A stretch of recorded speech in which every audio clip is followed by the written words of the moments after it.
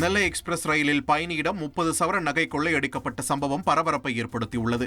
சென்னை சோழிங்கநல்லூர் பகுதியைச் சேர்ந்த தளவாய் என்பவர் தனது மனைவி லட்சுமியுடன் தூத்துக்குடி மாவட்டம் திசையன் விளையில் உள்ள உறவினர் வீட்டிற்கு சென்றுவிட்டு நெல்லை எக்ஸ்பிரஸ் ரயிலில் முன்பதிவு செய்யப்படாத பெட்டியில் தாம்பரத்திற்கு திரும்பியுள்ளார்.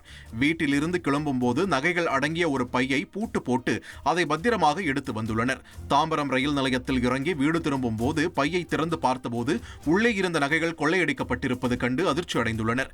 இதையடுத்து போலீசில் புகார் அளிக்க சென்ற தளவாய் மற்றும் அவரது மனைவியிடம் புகாரை வாங்காமல் போலீஸ் அதிகாரிகள் அலைக்கழிப்பதாக வேதனை தெரிவித்துள்ளனர்.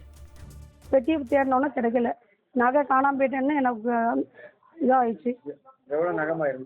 30 பவுன் கூட தான் இருக்கும். ஆமா, பூட்டு போட்டு வச்சிருக்கேன். ஏற்கனவே ஒரு பூட்டு போட்டு வச்சிருக்கிறேன். இவங்க சைடு ஜிப்பை திறந்து இந்த சைடு ஜிப்பு வழியா பிளேடு போட்டிருக்காங்க. எடுத்துட்டு திரும்பி அதே மாதிரி ஜிப்பை பூட்டி வச்சிருந்துட்டாங்க. கோரிக்கை வந்து என்னோட நகை 30 பவுன் நகை காண, எனக்கு அதை வந்து கண்டுபிடிச்சு போலீஸ் கொடுக்கணும். தந்தி டிவியை உங்கள் கேபிள் டிவி ஆபரேட்டரிடம் இலவசமாக கேட்டு பெறுங்கள். செய்திகளை உடனுக்குடன் தெரிந்து கொள்ள உடனே சப்ஸ்கிரைப் பண்ணுங்க.